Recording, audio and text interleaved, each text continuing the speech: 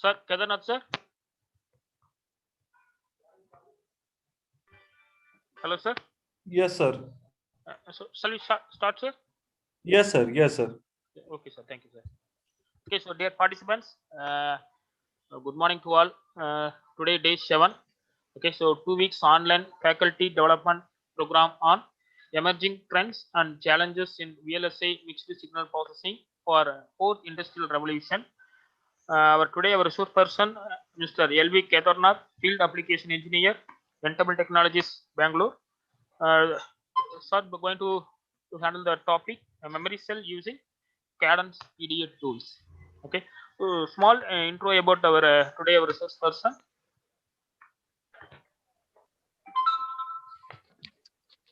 Very good morning to all gathered here. If your actions inspire others to dream more, learn more, do more, become more, you are a leader. I am saying about the person who is none other than our today's resource person, L.V. Kedarnath. Before going to session, let me see the short intro about our resource person. Kedarnath is a field application engineer at Rentable Technologies based out of Bangalore, India. He is responsible for a consultation for our customers across India from academic sector.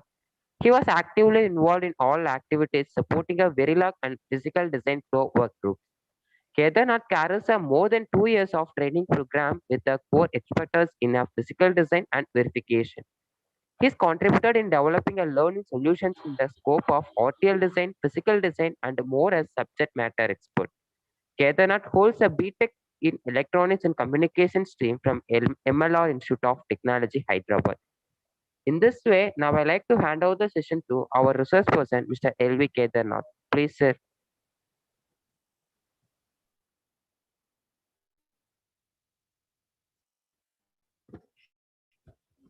Yeah. Thank you, sir. Thanks welcoming thing. And yeah, good morning to everyone. Good morning to all the participants who are addressing this session. And as sir has already told you about that, today we are going to discuss about the memory cell of using the CAD and CDA tools. So let me share my screen so that we'll see how that design process need to be taken care, and if we miss any process, how that will affect in the internal design, and all those things we'll discuss in detail. I'm just sharing my screen.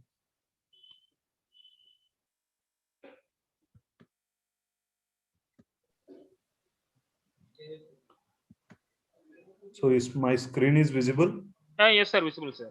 Yeah, thank you, sir. So this is the session agenda. What we are going to thought of you today. We'll have the quick overview of what is semi-custom IC design flow, and what are the formats that has been available in VLSI design. So we'll discuss all those things, and we'll perform how the synthesis need to be taken care, and what are the steps involved in the synthesis. And we'll see synthesis with DFT and without DFT.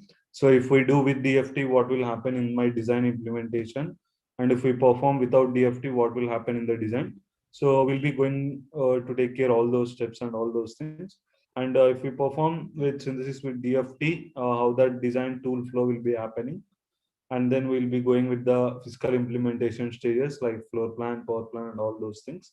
And we'll be analyzing how the reports need to be generated and how to analyze the report of all those things we'll be discussing in the today's session. So a quick overview of the semi-custom IC design flow. So this is what one of the basic VLSI design flow. So either we'll call it as semi-custom IC design flow, or we'll be calling it as ASIC design flow, or we'll be calling it as digital IC design flow. So whatever may be the term name, the flow or the steps involved in the procedure will be the same. So whatever the design you are considering, the first thing always will be a specifications part. So which technology you are working on the design, what is the input supply voltage you are deciding. So all those parameters will be taken as a specifications in your design entry. So that is where your specifications part. So after considering your specifications, then the next step will be your RTL coding. So in this RTL coding stage, so basically the RTL represents your register transfer logic. So that RTL coding will be written by the user according to whatever the application you want to try to build. And according to that, he'll be writing the RTL code. And so for writing the RTL code also, we are having different formats of writing the RTL code. So you may write in Verilog, or you may write in VHDL, or you may write in System Verilog, or you may write in UVM also. So what do we have different formats of writing the RTL coding? So each format of writing the RTL code will be having its own importance. So it depends upon the user on which format he need to write the RTL code as per his familiar interest on those things. And all these formats will be supported by the Cadence CDA tool. So that is where your RTL coding. So you can write in Verilog or VHDL or System Verilog. So any of the format will be supported. So after writing the RTL code, then the next thing will be your functional simulation. So at this functional simulation stage, so we'll be having three steps procedure in your functional simulation. The first step is your compilation. So at this compilation stage, you will be checking the syntax. What is the syntax of RTL code we have written? Is there any missing of syntaxes or missing of any statements in the RTL code? So those complete set will be taken care under your compilation stage, because one person may write in Verilog, the other person may write in VHDL. So for tool understanding, for getting the tool better understanding, so we'll be checking going for the compilation stage. So depending upon whatever the format of RTL code you have written, so for each set of RTL code, you'll be having some set of guidelines. So that guidelines, we are calling it as syntaxes. So that syntaxes will be checked under your compilation stage, depending upon on which format we have written the RTL code. And the next step is your elaboration. So under this elaboration, it will be checking the functionality of the design. And along with that functionality, it will be checking what are the inputs and output ports you are declaring for the design. So all those parameters will be checked under your elaboration stage. So that is your second step in your functional simulation. And the next one is your simulation. So under this simulation stage, whatever the specified inputs you have given, so whatever the inputs are specified by the user, so according to that, you will be getting some expected output. That is your simulation stage. So depending upon whatever the inputs we have specified, according to that, we will be getting the expected outputs. That is your simulation stage. So these are the three steps involved in your functional simulation.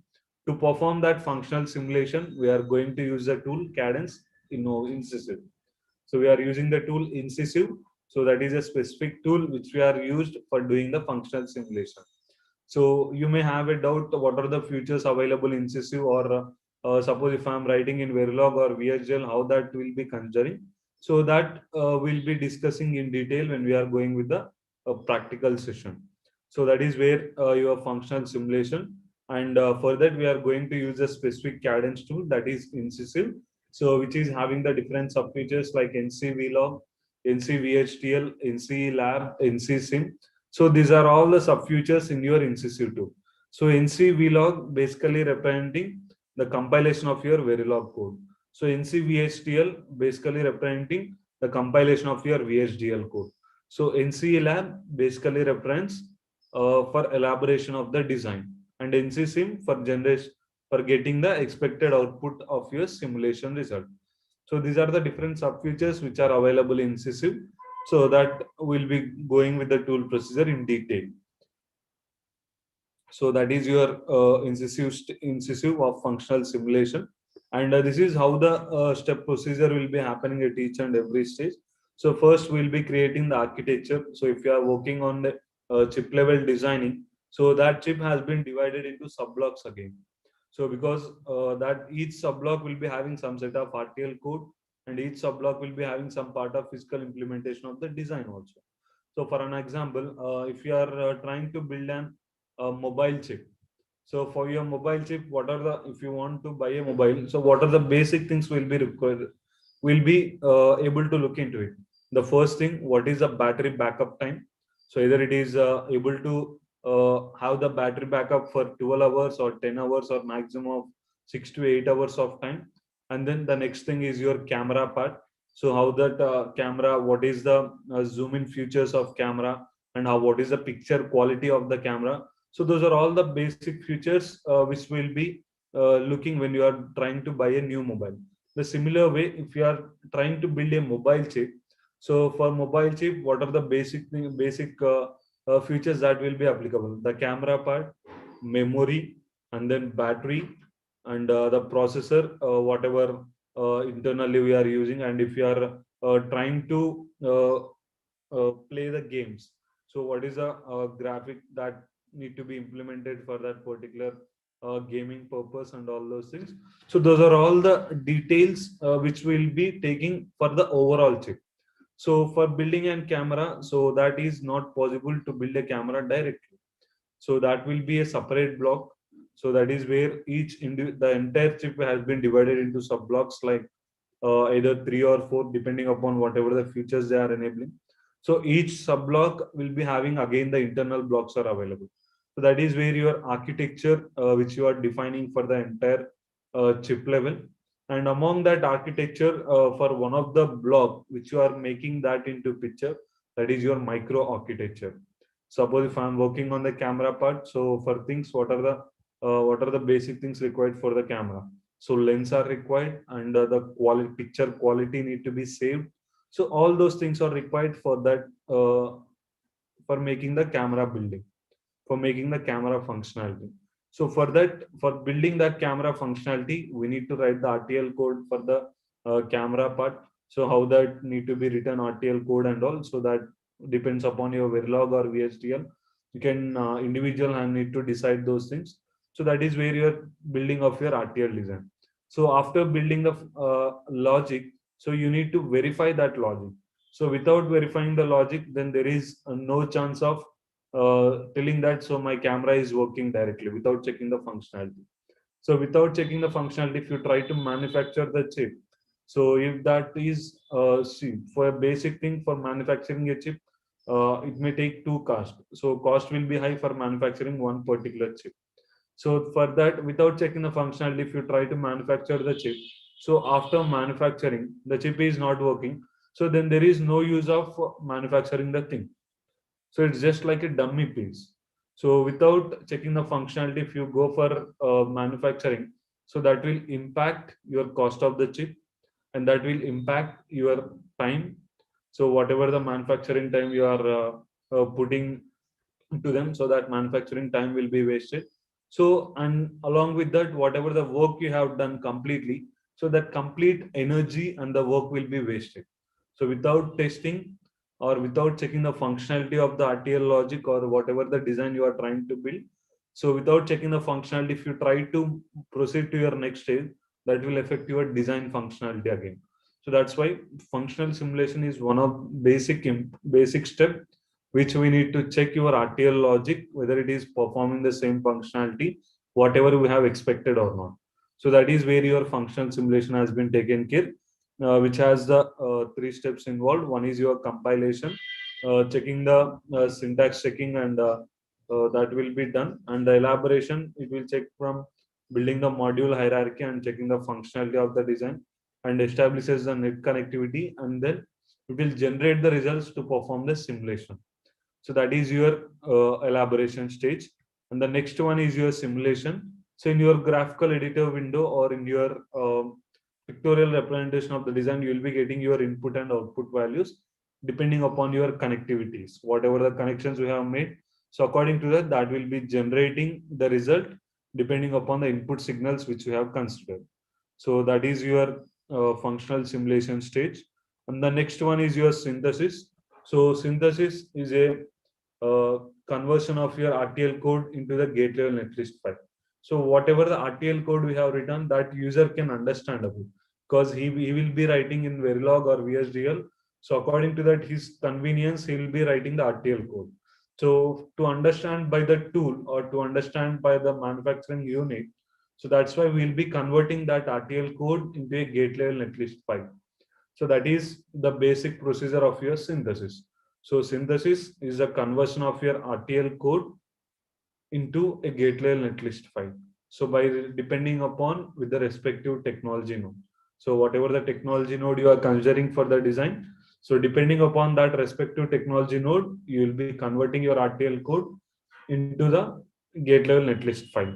And for conversion of this RTL code into a gate level netlist file, We are having the three-step procedure.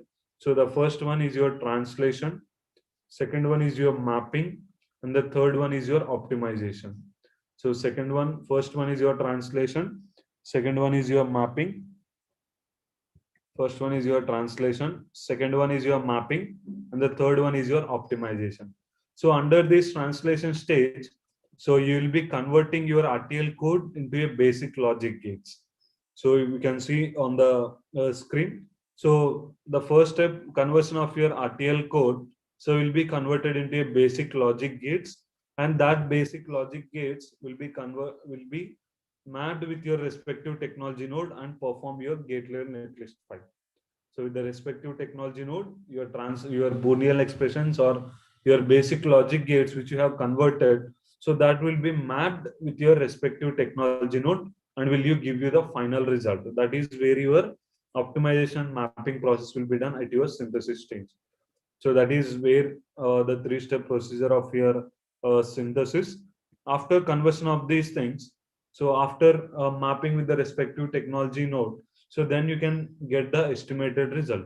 So what is the estimated area report, or what is the estimated power report, and what is the estimated timing report, and how your gate level netlist will be looking.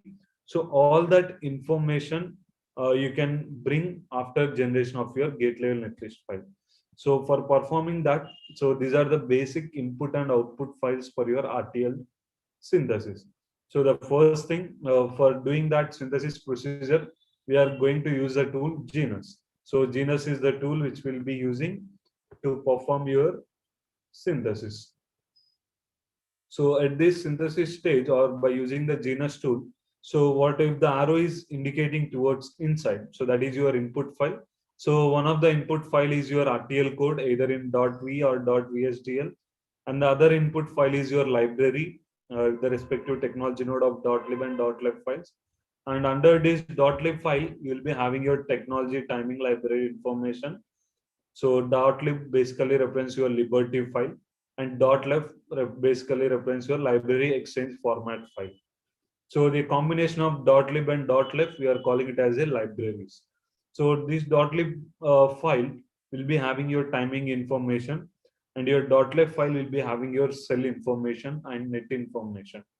So that's why your .left will be calling it as a library exchange format file. And the other input file is your synopsis design constraints .hdc. So .hdc basically represents synopsis design constraints.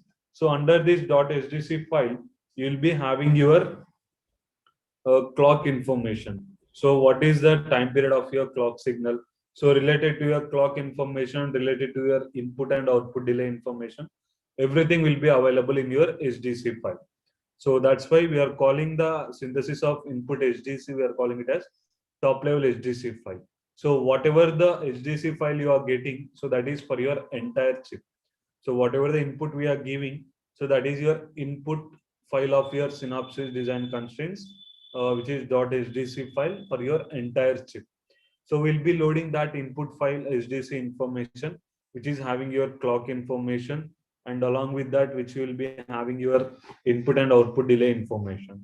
So those are the basic input files which will be loading in the synthesis by using the Genus tool and performing the synthesis procedure. So the outputs will be your gate level netlist file. So your .v file will be your gate level netlist file with respect to your technology node mapping. And the next one is your tool generated HDC, where tool can be understanding that HDC file. So what are the HDC parameters and all, how the tool can understand. So that file will be generated from synthesis by using your write underscore HDC command.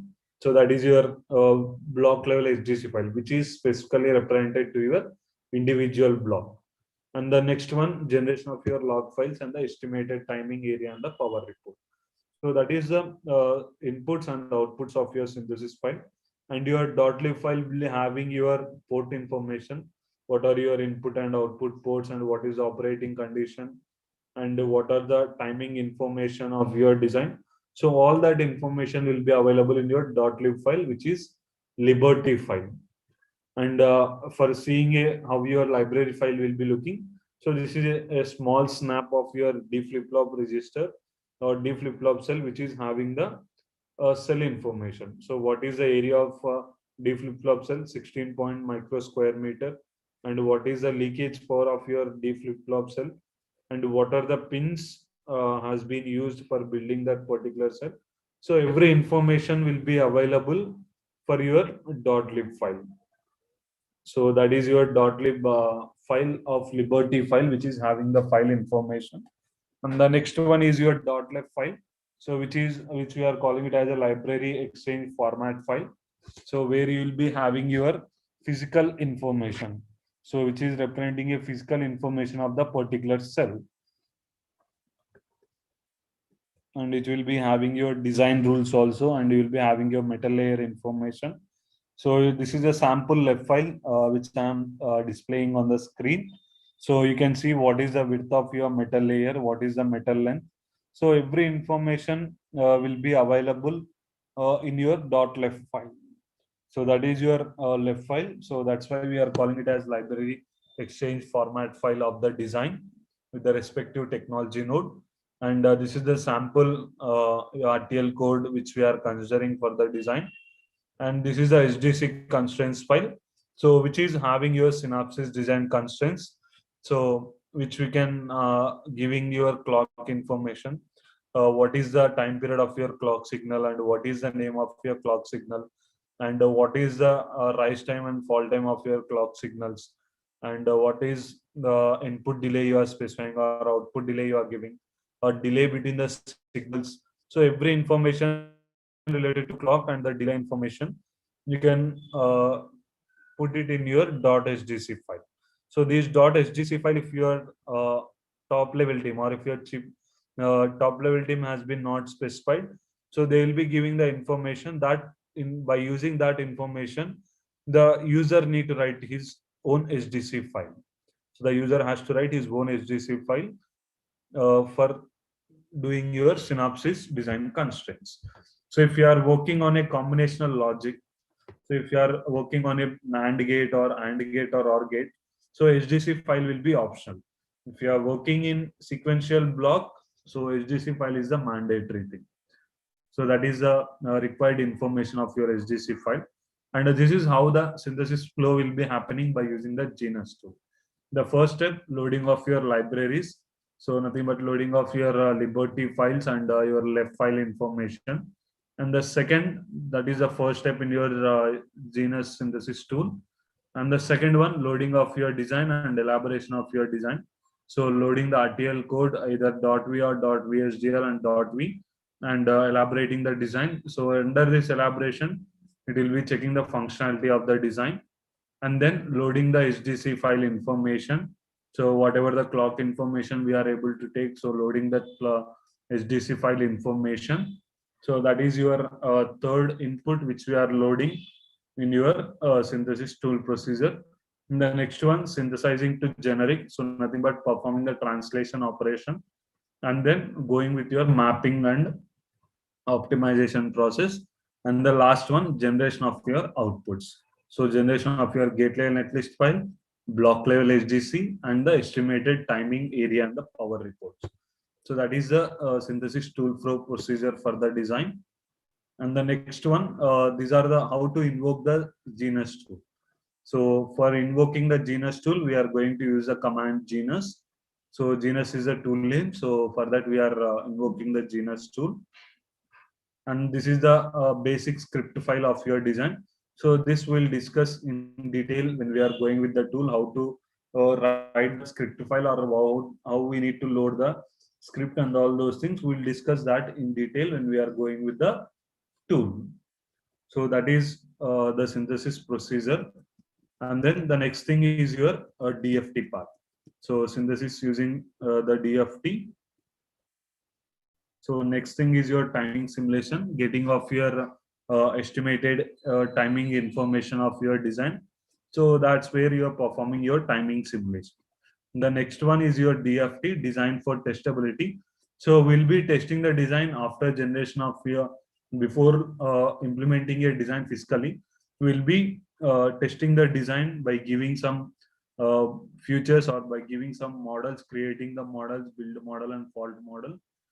and we'll be generating the test patterns for the design. So by including some additional features in the design, and whether that design will able to consider those features or not, if it is considering, how your result will be reflecting, or will there be any effect in the functionality. So that conditions will be checked under your design for testability. For doing that design for testability, we are going to use a modest tool. So that we are going to use the modest tool for doing design for testability. And for that, we are for performing the DFT, first we'll be taking care of your uh, for doing the DFT part, we are having the different types of scan style structures. The first one is multiplexer, and second one, first one is multiplexer. Second one is your dual clock scan style, and the third one is level sensitive signal. So whatever the registers or whatever the flip flops you are having in the design, when you are performing the DFT, so before that D flip flop register, you will be having a multiplexer in the design to transfer the clock signal. So you will be having a multiplexer in the design in front of your flip flop. So that is where your mux scan style we are using. And the other one is dual clock scan style. If you are having the multiple clock signals in your design, at the time you can use your dual clock scan style information of your DFT scan style. And the last one is level sensitive signals. So if you are having the edge triggering signals in the design, or if you are giving the edge triggering signals in the design, so at the time you will be using the level sensitive scan style information. So after including those scan style information, you will be checking the DFT rules. So is there any clock pins are unable to connect, or is there any synchronous net connections or any floating input files? So all those connections will be checked under your DFT rules. And then we'll be performing the synthesis and generation of your gate level netlist file. So we'll include that gate level netlist file in the modest tool and performing a 7-step procedure, that is your automatic test pattern generation process. The first step, which I'm showing you on the screen, that is you're building the model. So where you will be considering a model for the design. So in that model, it will be creating a hierarchical model and the flattened model designs. So the complete model have been divided into two separate parts. The first one is flattened model, and the second one is hierarchical model. So under this flattened model, what are the things need to be considered if you are having any sub blocks in the design, any internal blocks even in the design. So that will be considered in the flattened model, and in the hierarchy model, only the top module will be communicated. So that is where building the model into two equal parts. One is the flattened model and the other one is hierarchy model. So after building the model, we need to verify that model. So that is where build and verify the full scan test mode. So where we'll be verifying the model, whether all the communication or all the nets have been communicated or not, the information or any functionality is missing. So that things will be checking under your verification model. So that is your second step in your ATPG flow. And the third one is you're building the fault model. So under this fault model, we'll be adding the fault. Suppose if I'm having any don't care value, or if the net connection is floating value. So if the connection is in floating mode, so we'll check what things need to be given. Either it should give 0, or it should give low value or high value, or it should be in a don't care condition. So those things will be checked under your building the fault model stage. So that is where creation of your fault model for the design and verifying that fault models. And the next one is ATPG, test pattern generation, automatic test pattern generation. So under this ATPG, it will be checking the design consideration, how that ATPGs need to be generated and what are the things need to be covered, how the test patterns need to be designed for the logic cells, and how the test patterns need to be generated for the sequential blocks. So that things will be considered under your ATPG test patterns. So after creation of the test patterns, then we'll be generating the vectors, which that vectors will be having your scan information, scan chain information. So that is your modest tool flow of ATPG. So that is the DFT part. The next one is your physical implementation. The next one is your physical implementation. So after till your specifications part 2 till the end of till the point of your synthesis, we are calling it as a front end design flow. So till your specifications from the start point of specifications to the point of your synthesis, we are calling that as a front end design flow. And from DFT and to the end of your GDS file generation, that is your back end design flow. So that's the separation of your semi-custom IC design flow into two equal halves. That is your front end design and the back end design. So under this back end design, first we'll be testing with the DFT part, design for testability, and then we'll be going for your physical implementation stage. So under this physical implementation stage, so at your floor planning stage, so at your floor planning stage, you will be deciding what is the chip shape and what is the area of the chip and what is the area need to be utilized for the chip. So all that information will be uh, taken care from your floor planning stage. And the next one is your power planning.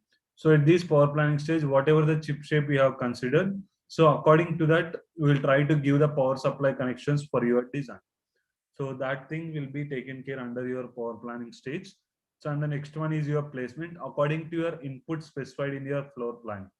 So according to the inputs which you have loaded in your physical implementation stage, so those things will be logically placed as per your connections at your placement stage.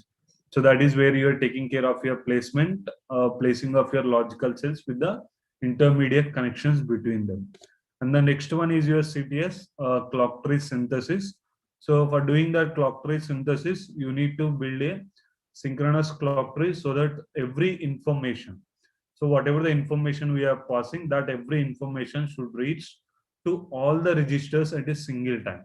So in such a way, we need to build that clock tree in a synchronous manner.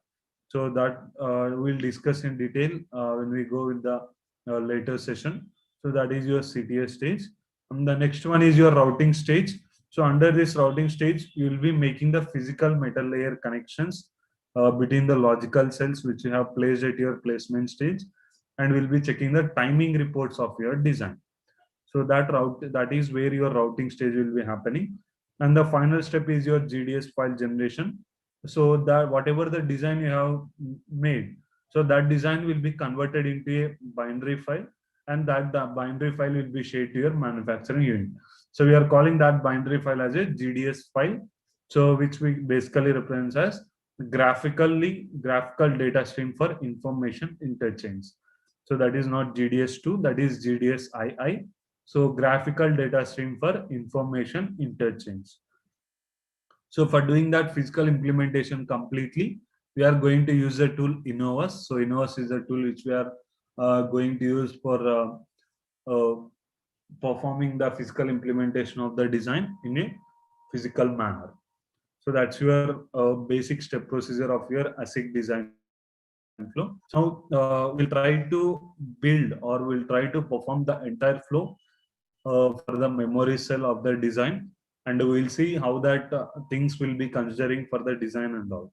So if there is any communication mismatch, how we need to be taken care, or what are the steps will be involved. So we'll start in detail with the tool proceedings.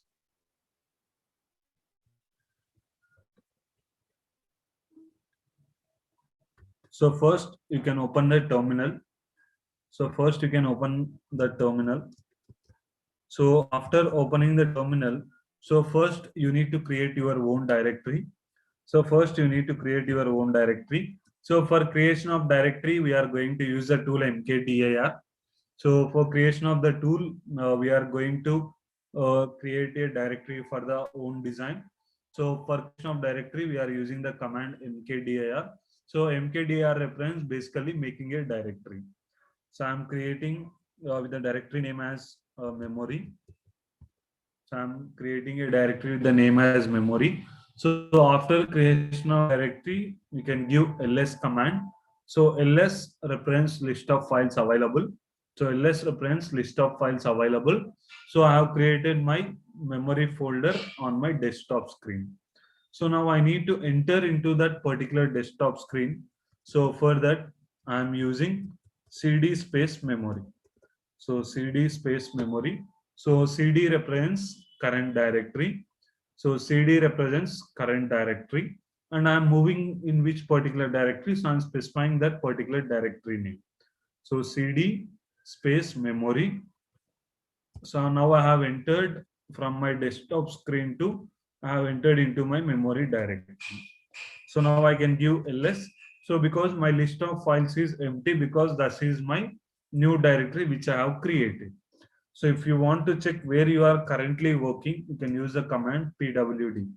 So pwd represents present working directory. So pwd represents present working directory. So this is how, these are the basic commands in your Linux platform, which will be using for creation of directory and for checking the list of files available and for entering into your current directory. So that is your creation of your directory, the first step in your design flow. So after creation of your directory, then the next thing is writing of your RTL code. So for writing the RTL code, we are using the gedit option. So gedit is basically representing a graphical editor. So how we are using the WordPad and Notepad in the Windows system, the same way gedit is one of the editor which we can use in your Linux platform. So in Windows platform, how we are using the WordPad and Notepad, similar way in your Linux platform, you can use the gedit option. So gedit represents graphical editor. So gedit represents graphical editor. So I'm creating a file with Verilog. So gedit space memory.v. So .v will reference your Verilog. If you are writing in VHDL, .vhd will be your extension. If you are writing in system Verilog, .sv will be your extension. So make sure with the file name, whatever we are specifying. So first I am creating gedit space memory.v. So gedit space memory.v. So now I'm creating a blank document of my memory design. So first I'm creating a module for the design. So first I'm creating a module for the design. So module space memory. I'm declaring my inputs as clock. So I'm declaring my inputs as clock, write enable pin. So clock, write enable pin, load option. So address bit. So address bit, and then input and outputs. So and then input and outputs of my design. So first I am creating a module, space module name, whatever the module name I am creating. And then in the braces, I'm declaring my port list. So what are my input and output pins? I'm declaring my port list values for the design. I'm declaring my port list for the design. So and then now I'm taking my input and output pins. So now I'm taking my input and output pins for the design. So input, so from the port list, so clock is one of my input pin, write enable is one of my input pin, and load is my input pin. And then I'm taking the 4-bit of memory. So I'm taking the 4-bit of memory. So 3 of 0, address bit, and then 4-bit of my inputs. So input of D in, and then I'm declaring my output. So output of reg and 3-bit of 0 of my output. So 3-bit of 0 of my output pin. And then I'm registering it. I'm regging of my information. So memory of 15:0. Memory of 15:0. So I'm declaring always at the rate of, so whenever my clock is positive edge, so it should perform my operation. So whenever my clock is positive edge, so it should perform my operation. So begin. So if, so I'm using the begin statements. So I'm using my begin statements for the design. So whenever my value or whenever my if condition is load is equal to 0. So whenever my if condition load is equal to 0, so it should perform the address bit value as 0. So it should take the memory value as 0. Otherwise, it should perform to my else if condition. So where under else if condition, we are having the write enable pin. So depending upon the write enable pin is high, it should transfer your input information to your memory bit, And then if even write enable pin is also low, then it should perform whatever the output, whatever the memory data it is having, it should transfer to my output pin. So that is the condition which we have considered for the design. So after writing the RTL code, you can save the file. You can save the file and you can close your RTL code window. And similar way, you can write your test bench. And similar way, you can write your test bench. So similar way, you can write your test bench value. So similar way, you can write your test bench value. So first, you can create a module. So you can create a module for your test bench, and then you can declare all your input and output pins. And you can declare all your input and output pins. So reg clock, WN and load, and similar way reg of 3-bit of 0 to 3-bit of 0 to address, and then 3-bit of 0 to D input, and then wire of 3-bit of 0 to D out. So that is the consideration which we have considered for the design. And then we are taking the memory as we are calling the instantiation method. So that's why we are calling it as memory, and we are naming it as D1 for the design.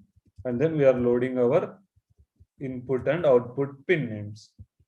So address, D in and D out. So I'm mapping with my respective technology information. And then we are giving the input file information for the design. And then we are giving the input file information for the design. So first I am declaring my input value. So first I am declaring my input value for the design.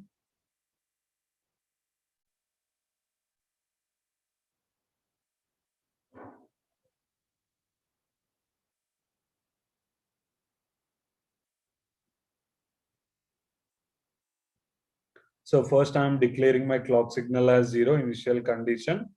And then I am declaring my write enable pin also to 0. And then after 10 nanoseconds, I am changing my write enable pin to 1. So after 10 nanoseconds, I am changing my write enable pin to 1. And initially my load value is also 0. And then after 10 nanoseconds, I am changing my load value to 1. So after 10 nanoseconds, I am changing my load value to 1. And then I am adding my address bit value with respect to my input signal information. And I'm adding my address bit value with respect to my input signal information. So that is where depending upon my signals. And then I am changing again my write enable value. So again I'm changing my address, and once again I'm making my load value to 0. And for every 5 nanoseconds, I'm changing my clock signal information. And for every 5 nanoseconds, I'm changing my clock signal information. So that is the test bench file where we are writing giving the manual inputs for the design. So that is the test bench file where we are giving the manual inputs for the design. So that is where how we need to write your RTL codes for the design. So these are the two files which we have created.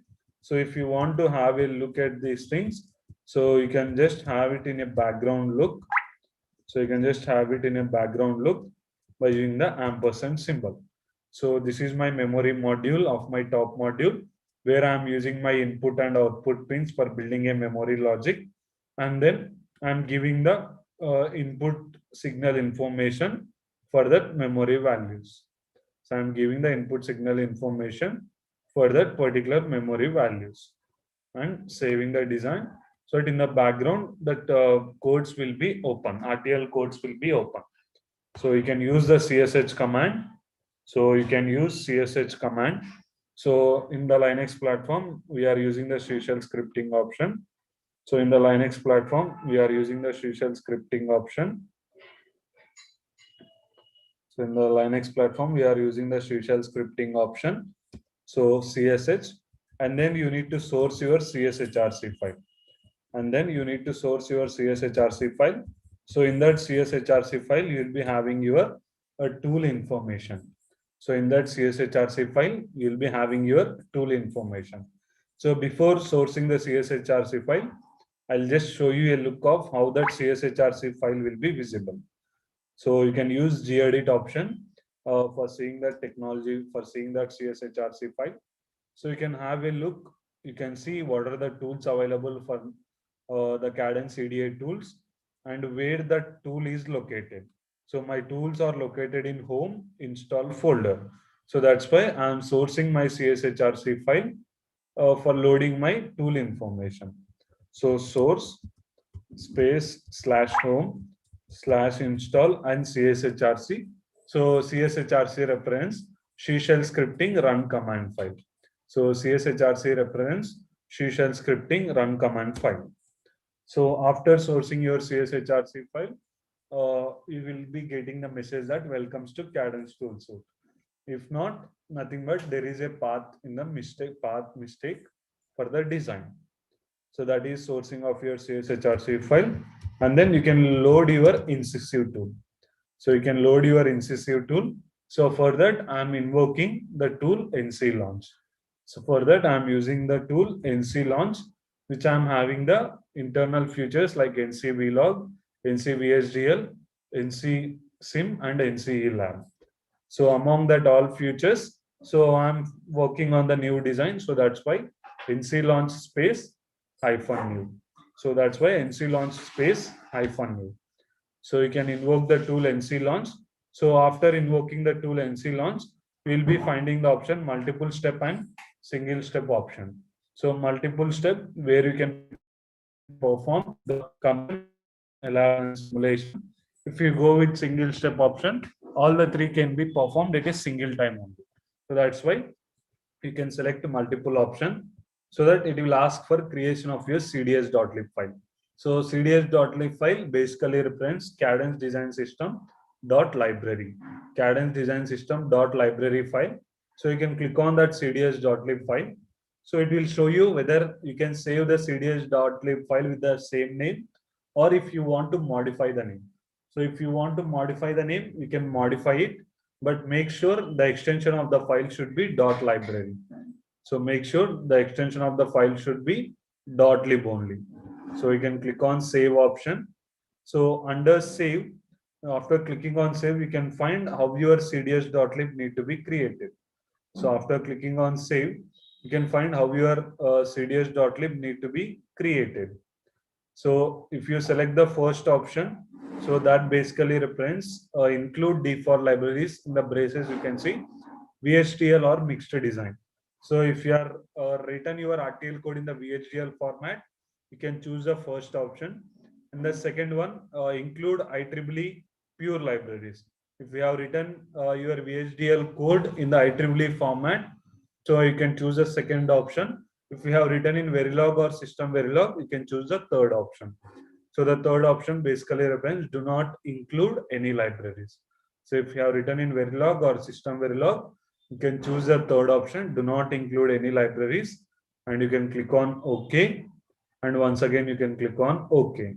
So that will open your NC Launch main windows. So that will open your NC Launch main windows. So where on the left hand side you can see, so where on the left hand side you can see your design library files. So your .v files you can able to see, and on the right hand side you can see worklib and snapshots. So my worklib and snapshots are empty because still I have not performed the compilation process. So that's why. And at the bottom, this is your log file window. And at the bottom side, this is your log file window. So you can select your top module file. So you can select your top module file as memory.v. And in the second row, you can see the tools option. And in the second row, you can see the tools option. So under tools, you can see the second tool is getting highlighted. So under tools, you can see that tool is getting highlighted. So that is your Verilog compiler with the current selection. So that is your Verilog compiler with the current selection. So launch Verilog compiler with the current selection. So you can click on that tool. So that will reflect you if there are any warnings or any error messages in the design. So if there are any warnings or any error messages in the design, so that will reflect you the error messages also. So here it is showing the error message as undeclared identifier in the line number 14. So undeclared identifier in the line number 14. So you can come back to your design. You can come back to your design and you can define. So instead of we have taken memory, but their default it is showing it as RAM. So that's why we have taken the wrong communication. So that's why we are modifying the name. So that's why we are modifying the name. So instead of RAM, we are taking it as memory. So we have modified the design. So I have modified the RTL code. So I'm saving that modified RTL code. And once again, I'm performing my compilation. So once again, you can refresh the data. So after refreshing, you can select your .v file and you can click on tools. So that will run your compilation procedure. So if there are any syntax error, it will be showing in the log window in the bottom side of the window. So I have compiled my top module. So there are no warnings in my top module. Similar way, I am comparing my test module. So you can select the test module under on the left hand side. You can select the test module and you can go to tools and you can choose the option launch Verilog and you can use Verilog compiler with the current selection. So that will run your compilation process for your test module also. So under the test module, it will be checking the syntax. So if there is any syntax missing, it will throw your message in the log window. So that is your compilation process. So if the compilation is done successfully, then under worklib, it will be showing with the module names. If there is any errors in your compile, any syntax errors in the design, so that cannot be loaded the data in your worklib because that compilation properly or the compilation has some issues. So that's why the data will not be stored in your worklib directory. So if the compilation is run successfully, then only the data will be stored in your worklib directory. If not, it doesn't store the data in your worklib directory. So that is your compilation stage. Next one is your so at this elaboration stage, it will be performing the logic. So at this elaboration stage, it will be performing the logic. So to perform that logic, so to check whether the functionality has been done or not, so you can you can select the module under worklib. So you can select the module under worklib and you can choose the option launch elaborator with the current selection. And you can check launch elaborator with the current selection so that will check the functionality of the design. So that will check the functionality of the design. So launch elaborator with the current selection. So launch elaborator with the current selection. So if there are any functionality missing, So that will show you the error message at the bottom side of the window. So that will show you the error message at the bottom side of the window. So similar way you can select your test module. So similar way you can select your test module and you can launch elaborator with the current selection. And you can select launch elaborator with the current selection. So that will show you the error message. If there is any functionality missing under your test bench module. So if there is any syntax missing or anything, so or any functionality missing, that will show you in your test bench module when you are performing the elaboration. So if the elaboration is done successfully, then snapshots will be created. If not, you need to recheck the functionality once again if there is any violation or any error message, and then you need to reconstruct the compilation and you need to reprocess your elaboration, and then you can perform your simulation. So if the elaboration is done successfully, then snapshots will be created, and from snapshots you can select your test module. So from snapshots select your test module and you can choose the option launch simulator with the current selection, and you can choose the option launch simulator with current selection. So you can click on launch simulator. So it will open you a simulation window. So under this simulation window your results will be getting displayed. So under that simulation your results will be getting displayed. So you can select, you will be getting your design browser window. So under that design browser window, you can select your module. So after selecting the module, immediately on the right side, you can able to see your input and output signals information. You can able to see your input and output signal information on your right side of your design browser window. So you can already you have selected the module. So after selection of module, you can right click. So it will choose the option send to waveform window. So after right clicking on the module, it will show you the option send to waveform window. Now you can click on that send to waveform window so that the signals will be transferred to your waveform window. So that the signals will be transferred to your waveform window. So you can go to simulation and run option. So you can go to simulation and run option. So that will perform your simulation and the result will be displayed in the window. And the result will be displayed in window. So that is the process of checking your functional simulation. So you can check whether the data is transferred or not. And according to that, you can check whether your signal information is getting or not. So that is your functional simulation stage. So whatever the waveforms it has been executed or whatever the waveforms it is generated. So uh, if that is having the same functionality, then you can proceed to your synthesis stage. If the functionality or the waveforms which you are expected is incorrect, you can go back to your RTL code, change the functionality and recheck the functional simulation procedure. So that is your functional simulation of the design, and that is your functionality check of your design of your memory part of your memory cell. So after performing your functional simulation, you can close your NC launch windows and you can come back to your terminal window. So that if you give ls option, so list of files available, so that your NC lab, so NC vlog, that is the information of your compilation stage. So NC lab.log, that is the information of your elaboration stage, and NC sim.log, so that is the information of your simulation window. So these are the three different subfeatures which are available in Incisive. So NC launch is a combination of all the three features. So in Incisive, these are all the features which are available to perform your functional simulation.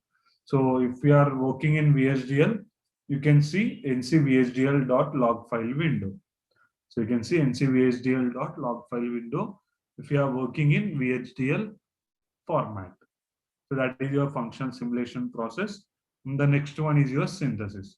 So to perform your synthesis, first we need to have a look what is the respective technology node we are considering and how that files have been displayed. So I'll just show you how your library file will be looking. So I'm just moving to the path of my window so that you can go to home. So other locations. So you can find computer option. So in home, so in install folder, so in install we are having the foundry. So in foundry we are having the digital. So in digital we are having the respective technology nodes. So either you need to work in 180 nanometer or 90 nanometer or 45 nanometer so that you can work with the respective technology node. So here I am selecting the 90 nanometer dig, and in dig I am having the library files. So you can open any one of the library. So you can open any one of the library, either fast.lib or slow.lib. So in that respective library, you'll be having your process file information. You'll be having your PVT corner information. So PVT basically represents process, voltage, and temperature. So process in the sense either it may be having a fast process or it may be having a slow process. When it comes to voltage, we are having the different set of voltages. So whenever we are giving the power supply connection, it sometimes we may give the low supply also. So because of low power or short circuiting, we may give the low power also. So at that time the voltage values will be varying, and along with that you can vary the temperatures also. So after manufacturing the chip, so the chip need to be working at extreme conditions. So it may be extreme hot conditions or it may be extreme cold conditions. So even that chip need to be worked. So those are the things which we'll be discussing in your PVT corners: process, voltage, and temperature. So each PVT corners will be having a different set of values with the respective library. So here I'm using the fast.lib library. So that's why my PVT values are process is 1 and voltage is 1.1 and temperature is 0 degrees centigrade. Suppose if I open slow.lib library, so my PVT values will be varied. So for my slow.lib library, my process is 1 and the voltage is 0.9 and the temperature is 125 degrees centigrade. So my PVT values will vary with the respective of my library, fast or slow.lib. And even you can see if you want to wish to have a look, you can open your typical.lib also. So you can open your typical.lib. So under typical.lib also you'll be having your process, voltage, and temperature. So typical in the sense a medium between your fast and slow.lib. So medium and between your fast and slow.lib will be having your typical value. So that is how your libraries will be taking care. And if you wish to see, you can have for any one of the look. So here I'm trying to select my inverter X1 cell. So here I'm trying to select my inverter X1 cell. So inverter, I'm selecting the inverter cell. So for that inverter cell, you can see what is the area of the inverter and what is the leakage power of the inverter cell and what are the pins have been used for making that inverter cell. So every information or every timing information related to that inverter will be having in your library file. So that is where your library file will be having your timing information of the cell. So that is your library, how your library file will be looking. And a similar way, you can have a look at your left file also. So I'm opening the left file from the same respective directory and I'm opening my left file, translated left file. So here I can find the inverter X1 cell. So here you can see what is the size of the cell, what is the height and width of your cell, and what are the signals and what is the metal layer used for building that cell or for building that particular pin. And a similar way you can you will be having your metal information also. So you will be having your metal information also. So each and every information of your cell will be available in your left file. So that's why library files is a combination of your liberty file, .lib and .lib. So now I need to invoke the tool first, then I need to load my design. So for invoking, first I am taking a genus space -legacy underscore UI. So instead of legacy, you can directly invoke the tool genus. So synthesis tool which we are using, genus, enter. So genus and enter. So it will invoke the genus. So it will invoke the tool genus. Loading the genus, we need to source our library file information. We need to source library file information. So for loading the libraries, you can use the command read underscore lib. So for loading the libraries, you can use the command read underscore lib. Within double, you need to mention the path of your library. So you need to mention the path of your library. So home, install, foundry, digital, so 90 nanometer, disk, lib, and slow.lib. So here I am considering the slow library for performance synthesis. So you may have a doubt why I may be considering either fast.lib, any one of the library performing your synthesis, because you will be conversion only your RTL code into your netlist, not implementing the design. You are converting your logical connections into a tool understandable language, that is your gate level netlist file. So that is your gate level netlist file for your design. So that's why we can take any one of the library as an reference. So .lib library. If you want to fast.lib library also. So read underscore lib path of your library file. So after loading your library files, you can find your PVT information. So you can find your PVT information of your library. So you can find your PVT information of your library. So what is the process of your library, and what is the voltage of your library, and what is the temperature of your library.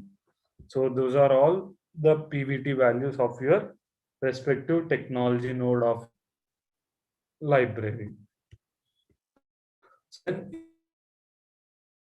you need to design HDL. So the same thing we have specified in our flow chart. The same way we are performing our synthesis procedure. So first we have loaded our library file setup. So we have loaded our library file, and the next step we are loading the design and elaboration of your design. So I am reading my HDL file. So read underscore HDL space memory.v. So if you are using in VHDL, so read underscore HDL space hyphen VHDL and memory.vhd. So if you are loading your VHDL file, hyphen VHDL is the key. So hyphen VHDL is the switch key for loading of your VHDL design. So after loading of your memory design, memory.v, so it will be loading your HDL file information, and then you need to elaborate the design. So you need to elaborate the design to check the functionality of the design. So you need to elaborate the design to check the functionality of the design. So after elaboration of your design, and the next input file is your HDC file, and the next input file is your synopsis design constraints file, and the next input file is your synopsis design constraints file. So for loading that synopsis design constraints file, so we need to create a new file, or you can create the commands over here itself. So first I'm creating a clock signal. So create underscore, you can press the tab key so that you can see what are the options available with the create option. So I need to create underscore clock space hyphen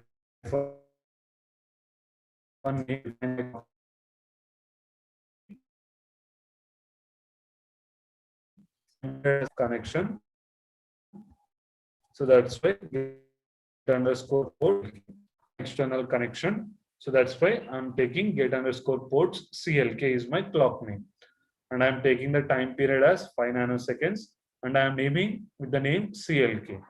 and then enter. So that will create your clock signal. Suppose if you have any doubt uh, how to use the command for create clock, can use the man space create underscore clock option. So man space create underscore clock option. So it will show you how to use your clock command, how to use your clock information, create clock option. So even it will be having your syntax. So you can see the syntax option. You can see the syntax with the create clock. And if you want to use, you can use the name of your clock signal, and you can use your period. And in between, you can need to define your port also. So that is your clock information. And you can see a description of your clock signal also. So how you need to create a clock signal. So each and every information will be available in your man. Man represents manual option. So that is your first step, creation of your clock signal. And the next one, setting my clock transition. So setting my rise time and fall time of my clock signal. So for that, you can use the set underscore clock underscore transition. So set underscore clock underscore transition. So you can use the set underscore clock underscore transition option, and you can use the hyphen option, switch option, so that you can see what are the options available for my clock transition. And you can see what are the options available for my clock transition. So I'm taking the fall. So I'm taking it as 0.1. So I'm taking the clock fall time of my clock signal as 0.25. So I'm taking my information as 0.25. So this is for my clock signal. So get underscore clock CLK and get underscore clock CLK. So setting of my right clocks.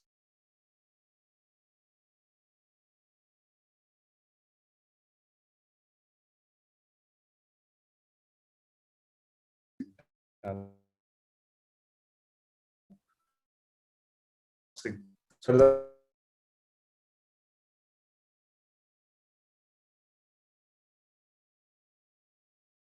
the clocks are uncertainty value of the clock signal. Get underscore ports CLK.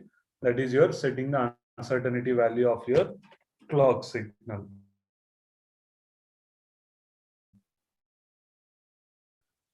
Register on time. So that's why we are setting some uncertainty value of the clock signal.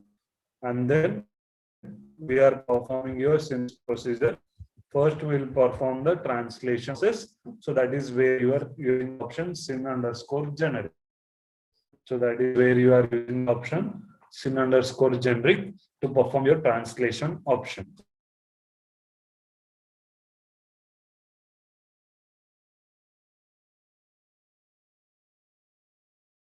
We are using the syn generic option. So we'll be converting the format of RTL code into a basic logic gates. So that is where your translation will be happening. So that's why we are using the syn generic option. So after performing your syn generic, you can use the option write underscore HTL to see how that has been converted into the basic logic gates. So how our RTL code has been converted into the basic logic gates, it will be showing in your translation option by using the syn generic. So syn underscore generic. So how your basic RTL code will be converted into a basic logic gates. So that is your syn generic option. So this is how your basic gates will be converted of your design. So and then the next step is your mapping process, syn underscore map. So syn underscore map to map your respective technology node. So to map the logic with your respective technology node. So to map the logic with your respective technology node, we are using the syn underscore option. And then you can use the command write underscore HDL to see the mapping, how that mapping process has been happened and how that logic has been mapped in the respective technology node.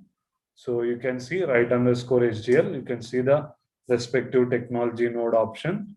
And you can see how the logic has been mapped with the respective technology library. So here you can see on the screen. So here I am using the NAND gate. I'm using the inverter cell, NOR gate, and you're having the different types of cells. So each and everything have been noted for your design. Each and everything has been taken care for the design. And then the next one is your optimization. So sin underscore opt space hyphen incremental. So sin underscore opt space hyphen incremental. So after incremental, so where you can see the optimization process.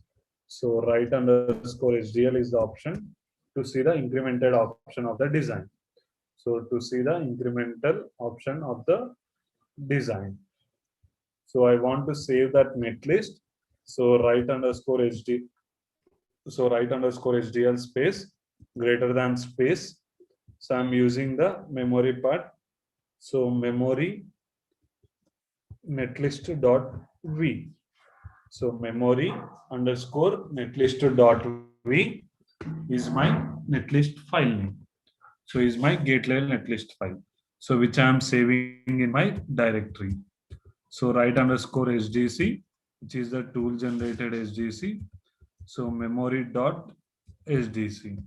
So which it has been saved your SDC report in your current working directory. And then you can check your area report. So report underscore area. You can see what is the area report of your design.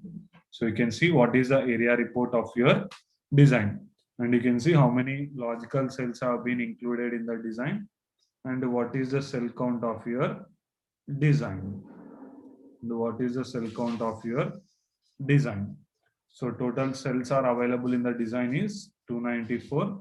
And for that complete cells, we are having the area of 2096 micro square meter area, and net area is 0 because here you are using only the logical connections. So this net area will be getting generated at your routing stage of your physical implementation. So that is the area report of your design. So I am saving this area report also. So area.rpt. So that area report also will be saved in your current working folder. And then report underscore power. And then report underscore power. So it will generate your power estimated power report of your design. So you can see what is the total power of your design and what is the leakage power of your design and what is the dynamic power of your design. So you can see the areas power report, estimated power report of your design. And you can save your report underscore power also. So report underscore power, report underscore power.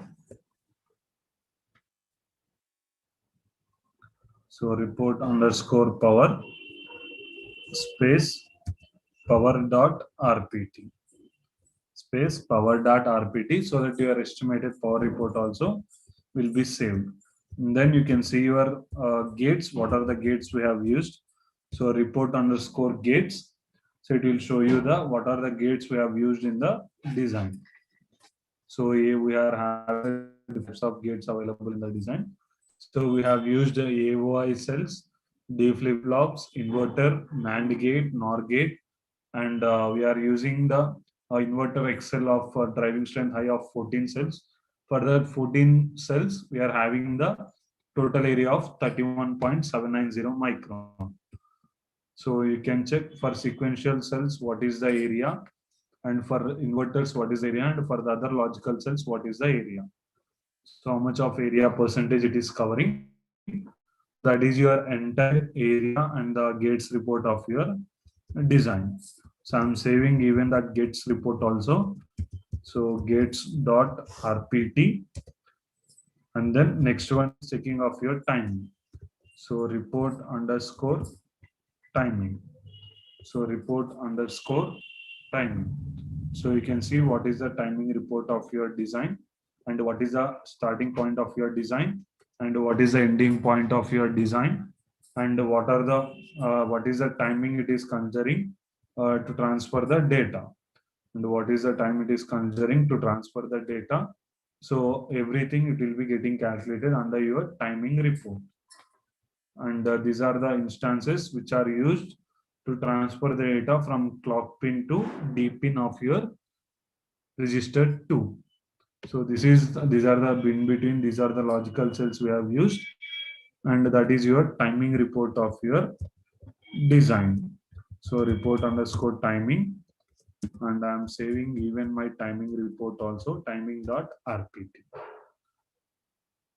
and I'm saving timing.rpt, so that every report have been saved in my current working folder. Now I need to see the pictorial representation of the design. So to see the pictorial representation of the design, we are using the option GUI underscore show. So we are using the option GUI underscore show for seeing the pictorial representation of the design. So GUI represents graphical user interface. So GUI represents graphical user interface. So you can select the hierarchy and you can see the schematic in main window. So this is how the logic. So this is how the logic has been performed, and the cells have been made intermediate connections between them. The cells have been made the intermediate connections between them. So this is how the logic has been built, and the pictorial representation of your memory design. So that is your synthesis tool without using the DFT. That is a synthesis tool without using the DFT. And you can see your HDL even if you want to check your module. So you can check your HDL viewer, or you can select the schematic option also. So even it will show you the schematic in the same window, or if you want to see it in new window, you can select hierarchy cell and right click schematic view and in main module. So that will show you in a separate window of your design. So that is your synthesis without using the DFT. So now we'll try to perform the same thing by using the script manner. So I'm trying to open my folder. So I'm opening my folder in the design. So memory is my folder. So in that memory, I'm having the different set of files are available. So in that memory, I'm having the different set of files are available. So I'm having the different set of files are available in my memory folder. So we can see genus.cmd. So that is your command window of your genus. So what are the commands you have executed? So all those commands will be reported in that particular window, genus.cmd, and genus.log. So that is a background file, how it has been executed. So every report of a command execution and the genus log window, it will be saved in that genus.log file. So now I am using the same genus.command script file for the design and performing the script for the design and performing the synthesis process without typing one after the one command. So I am directly saving these commands in the window, and I am saving and I am saving and I am running my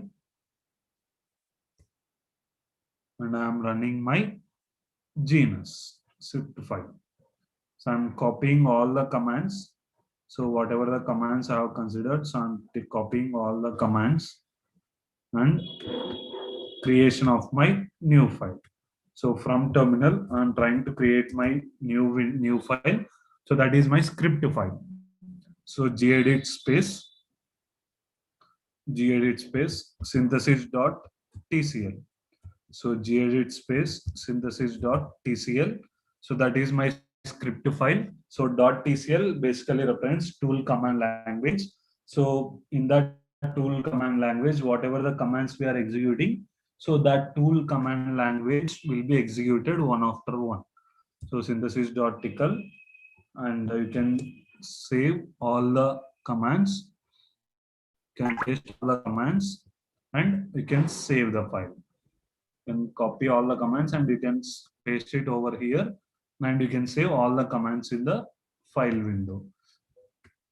So if you are using any repeated commands, you can remove that commands. If you are using any repeated commands in your script file, you can remove those commands. So if your script file is ready, you can use the GNS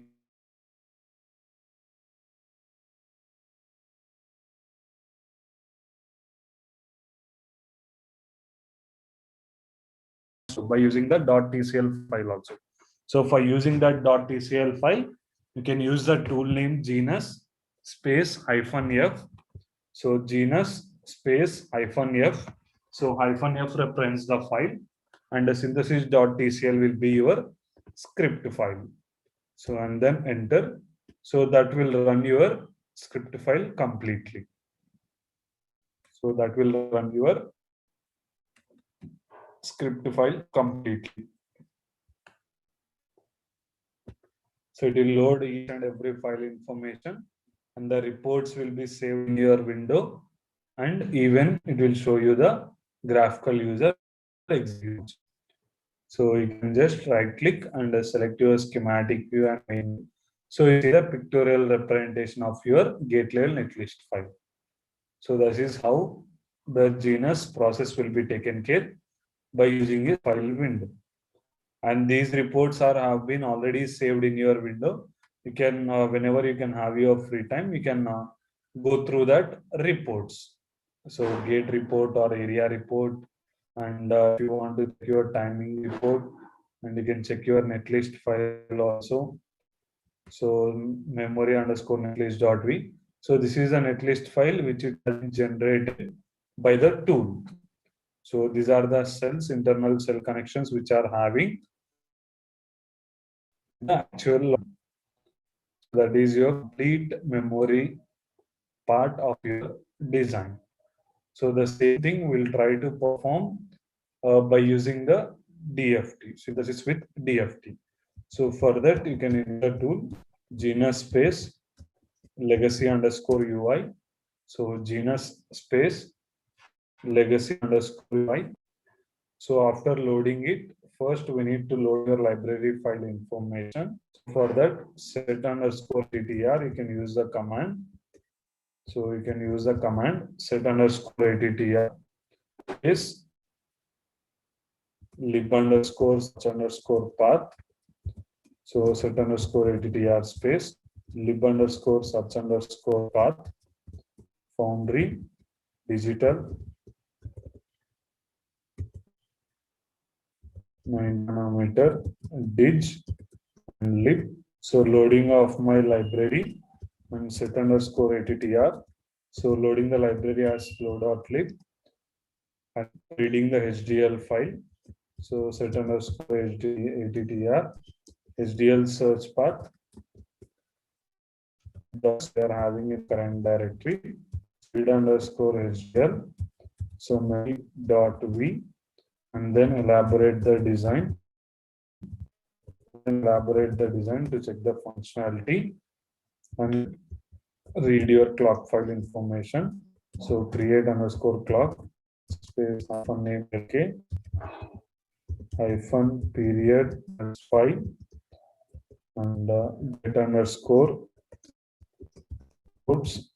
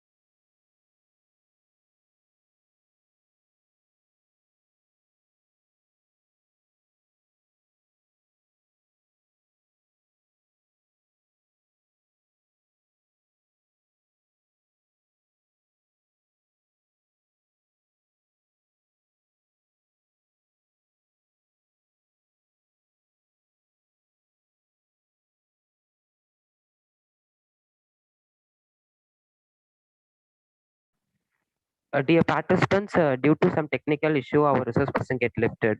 Kindly hold on. He will join soon.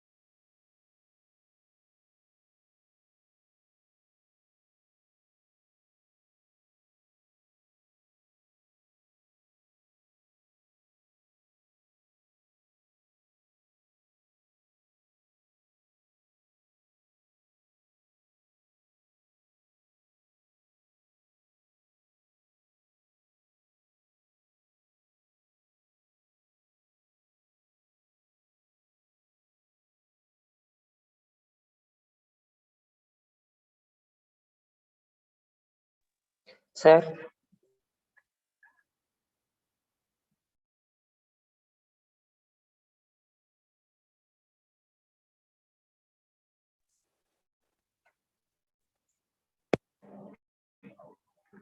Kedarnath, sir.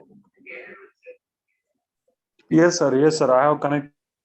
Yes, sir. Yes, sir. I'm just rechecking my network for the laptop. Just a minute, sir. Okay. Just a minute.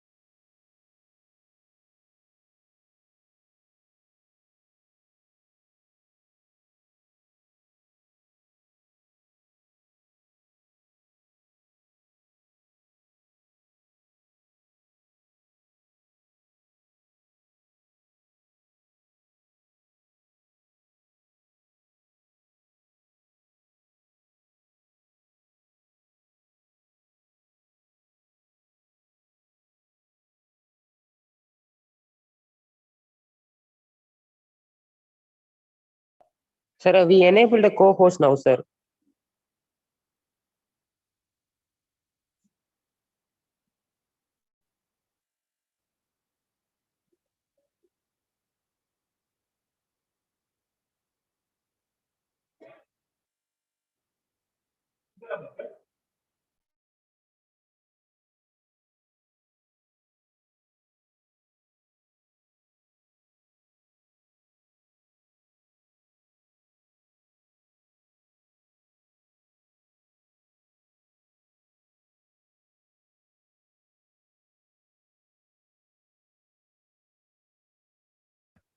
Yeah, sorry for the inconvenience. Due to some network issue, I got disconnected. Sorry for that. So after loading your clock information, and we need to set your DFT scan style.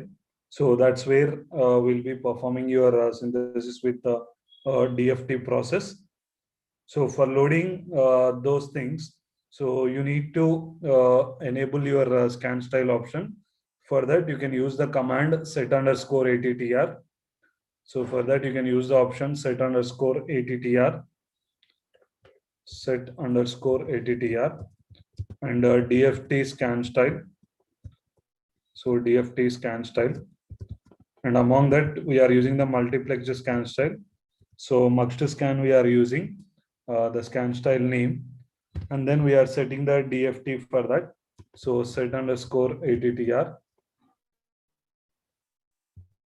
So set underscore ATTR space DFT underscore prefix underscore DFT.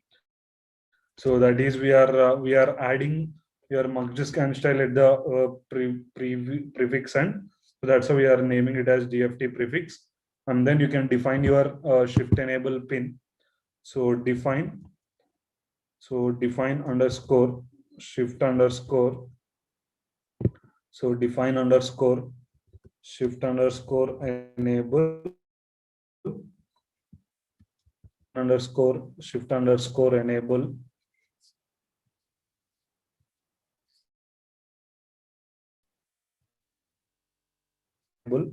space hyphen name SC space hyphen name SC.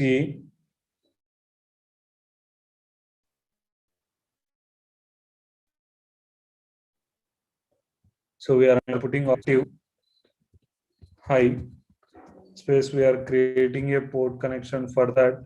That's why create underscore port SC. So we are in for the port connection and then checking the DFT rule. Check under DFT under the DFT rules. It will check if there are any synchronous driving nets and any asynchronous pins are there, and how many passing with the DFT rules. So all those things will be checked under your check DFT rules. And then once again, we are setting the attribute to perform your synthesis after enabling your scan style. And then we are performing the sim generic, so where translation can happen. And then we are checking the netlist file right underscore SGL, which will be converted into the basic logic gates. And then mapping of your respective technology node. Mapping of your respective technology node with the for making the design converted into a gate level netlist file. And then we are going for optimization.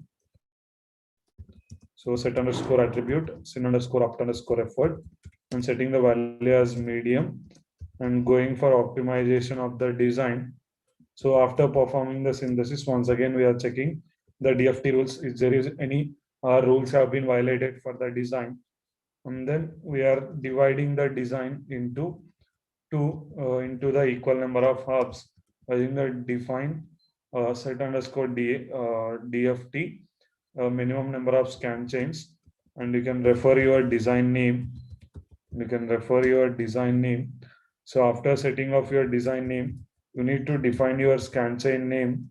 So define scan chain space hyphen name. So whatever the name you want to specify for your design scan chain, you can define that scan chain name. And for the input, you can give your input name for using the SDI option, and the output you can define that as a scan out option, and the input as scan in and the output as scan out option. So these are all the external port connections.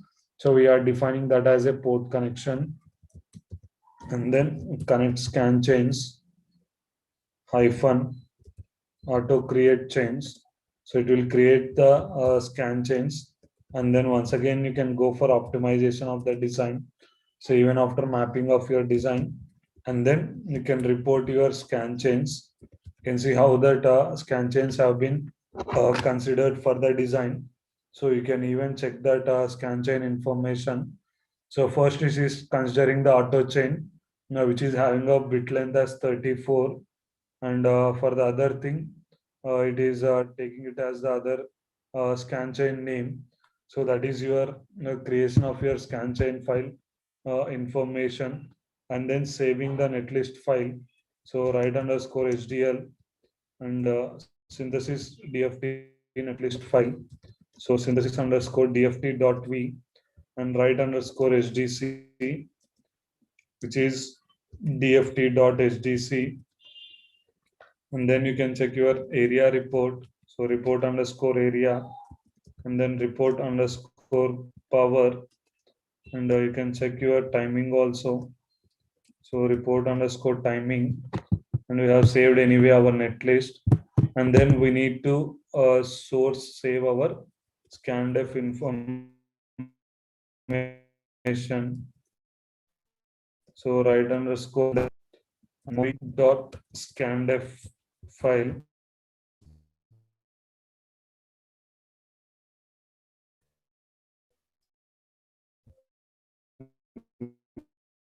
because that will be having your scan chain and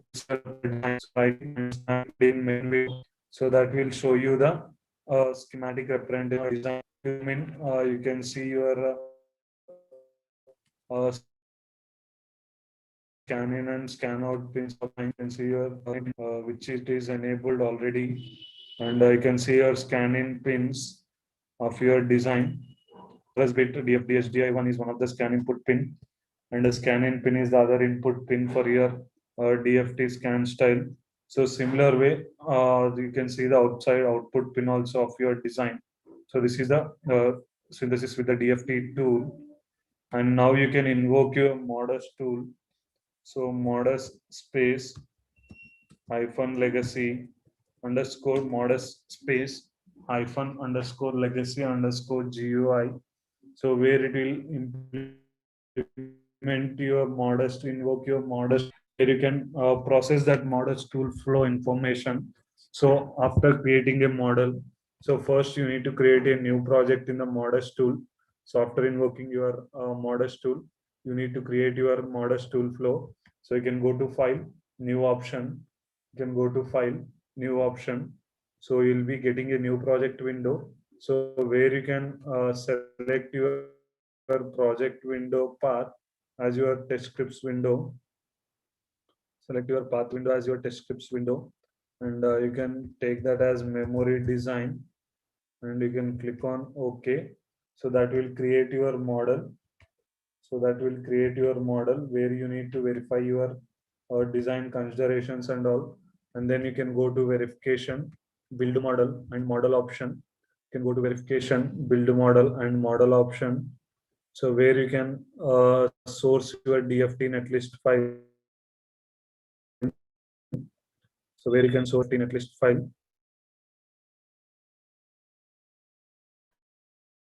So synthesis.dft memory,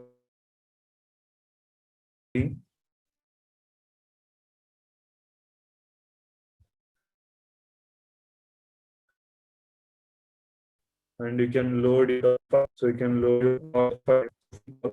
So digital 90 nanometer log. So it is having your dot library file information. So you can select slow.v, and you can click on update project. So that will update your design data, and that will run your window. So you can select your task from your window, and you can highlight your build model, So in that you can see how your model has been created. So in that you can observe how your model has been created and what are the things it has been considered for the design.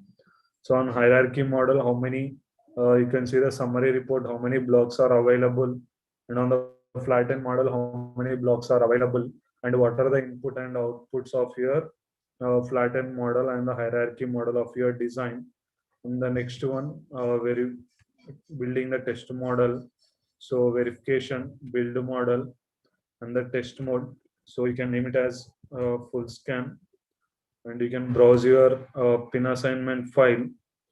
So which will be having your pin information of your design. And then you can go for verification. So verifying the test structures. So you can define the name as full scan, and you can run your window. So that will show you the verification test structures window. So, and then you can go for ATPG. So where you can go to ATPG reference, automatic test pattern generation, and then you can go to create test option, and specify static test. So where you can create the static test option for the scan chain, and for the logical cells, the static test option will be done. So, and then you can generate your ATPG reports, and then you can generate the vectors of your design. So that is your modest tool flow, which we have discussed earlier. So these are the modest tool flow structure which we are discussing, and these are the reports which it has been generated for the design, and you can perform the same thing by using the script also. So for that you can come back to your tool and ls. So gedit space, so genus dot cmd2 and dft dot tickle. So by using the script file also we can perform the same set of operation for the design. So by using the script file you can perform.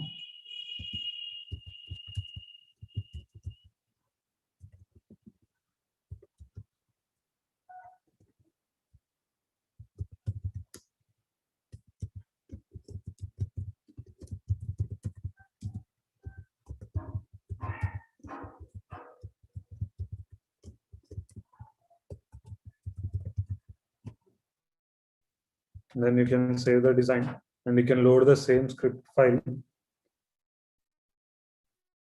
You can load the same script file for the design. So by using the option, so write underscore dft underscore atpg space hyphen library with dot slash slow dot v for loading of your ATPG test patterns for the design. So for loading of your test patterns of your design. So now you can load your genus space hyphen legacy underscore UI space hyphen f dft dot tickle. So that will load your design data by using the script file of your synthesis with DFT process. So that is loading of your DFT script file of your design, and which will be having your screen file information of your design.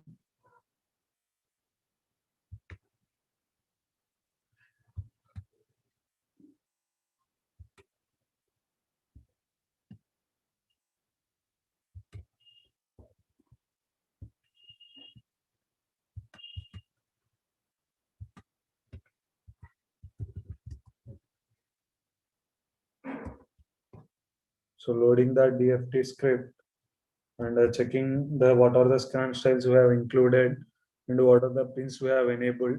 So each and every information we are loading in the script, and we are sourcing that script file so that it can perform the design conditions and all those things for the design. It will show you the design considerations of the design. And after seeing that, you can invoke your modest tool. So you can invoke your modest tool. So modest space hyphen legacy underscore GUI. So after invoking the modest tool, you can go to file option.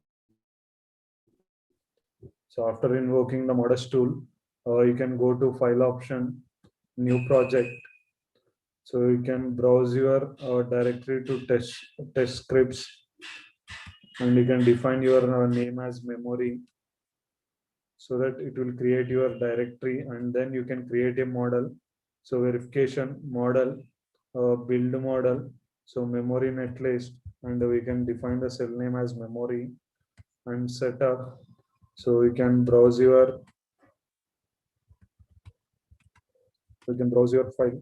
So home install Foundry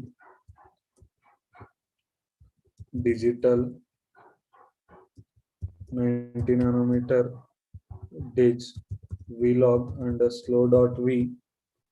So you can load that particular file. You can browse your slow.v file, and you can click on update project, and you can click on run option. So that will run your creation of your build model. So after creation of build models, so you can reselect your test model. So build model, verify model, test mode option, and you can define the test mode name as full scan, and you can browse your pin assignment file from your directory, so which it will be having your pin information of your design, and it will create your test model of your design. And then you need to verify that test model. You need to verify that fault model. So you can create the fault model, and you can this include your dynamic faults of your design. And in this, it will show you how many faults are available for, how many faults are possible for creation of your design, and how many are created, and how many are in active state, and how many are in active state. So every report, it will be generated under your fault model creation. And then you can report your test structures. So you can report your test structures. So you can define the name as full scan, and you can see what are the test structures available in your design, and how many test structures are there. And you can see all that reports under your test structures related to your hierarchy model and the flattened model, and you need to verify them. So you can go to verification, verify test structures option, and you can define your mode name as full scan, and you can verify that test structures option. How many test structures are verified in the design, or there any of them are not able to verify. So each and every report, it will be generated under your log report of the specific design, and you can check what is the primary scan chain information, what is the system clock, what is the shift clock, and what is the enable shift clock. So each and every information will be available. And then you can go to ATPG, create test, specify static scan chain option, and here it is defining for scan cells, and the other one for logic cells, defining the scan chain information of the test patterns for the scan chains. So how many test patterns have been generated for the scan cells? It is 487 scan cells have been tested for the test patterns have included for the design. And each and every report of creating a scan chain, how that it can be test patterns have been added. So each and every report will be generated, and you can go to ATPG, create test, and specify static test. And now you can see the same thing for the logic cells also. So you can see the same thing for the logic cells also, if you are having any combinational cells in the design. So for that logical cells, that report will be generated of those things, of those screens, and how many faults have been created for the design, and how many are tested, and how many are in active state, and what is the coverage of the design. So each and every information will be reported under your create logic test. And the last one, ATPG, write vectors. So you can define the name as full scan, and you can define the name as scan or logic, and you can write the vectors of your design. And these write vectors information will be saved in the current working folder of my design. So you can come back to your design browser, and you can open your test scripts and test results option, Verilog. So in this, you will be having your scan chain information of your Verilog, and along with that, your logic cells, and along with your scan chain information. So that is your modus ATPG flow of your design, modus ATPG flow of your design. So that's your modus tool flow. And the next one is your fiscal implementation stage after performing the DFT. Next one is your fiscal implementation stage.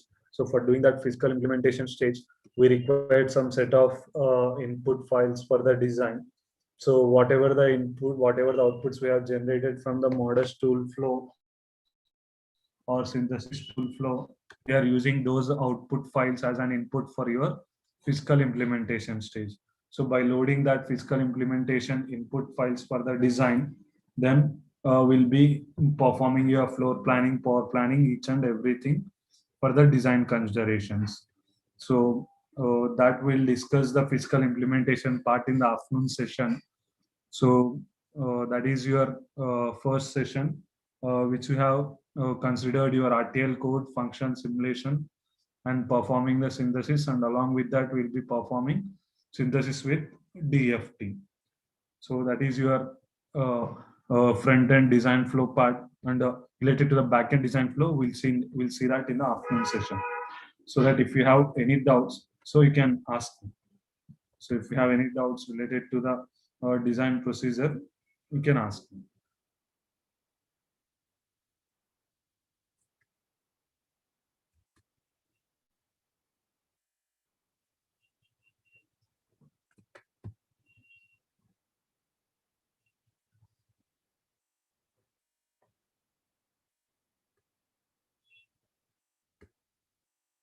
So participants, if you have any doubt related to the flow, you can drop the message in the chat box, or you can unmute yourself and you can ask me the query.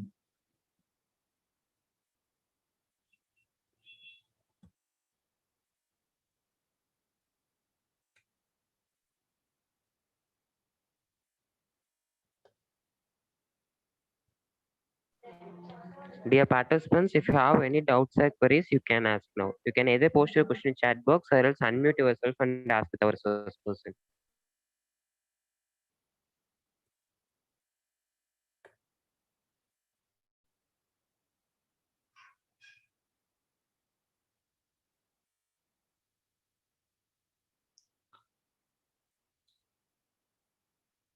So as when you are working, the digital steps are more. So once you habituated to that, that will becomes to the easier. So when you are working with semi-custom IC design, so you need to be have the good commanding in Verilog. When you are working in the form of RTL engineer also, so you need to be good at your RTL coding. And if you are working for an verification background, you should be able to do how the design need to be verified, and what are the things required for the verification process, and how to perform the synthesis and all. So that will, each domain has its own importance. So it depends upon the user interest. So you can learn what are the things required for the specific domain. So any questions, you can drop it in the chat box, or you can unmute yourself and you can ask me.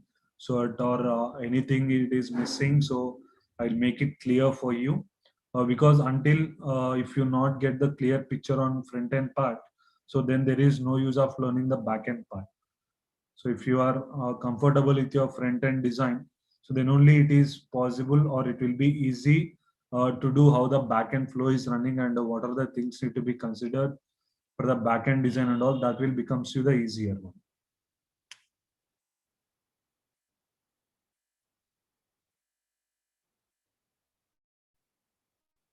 Yeah, participants, you can ask if you have any questions. You can ask in the chat box, or you can unmute yourself and let me ask. You can ask me so that I'll help you out, or I'll clarify in the doubts.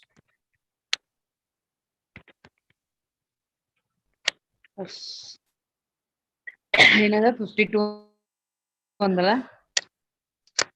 14.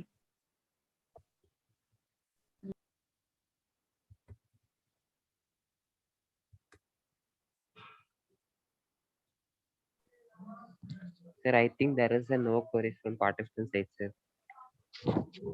Okay, okay. Let me wind up the session, sir. Yes, sir. Yeah, thank you all participants. You can join the session by 2 p.m. So that we'll start discussing with the backend design. Thank you all. Thank you, sir. Have a nice lunch, sir.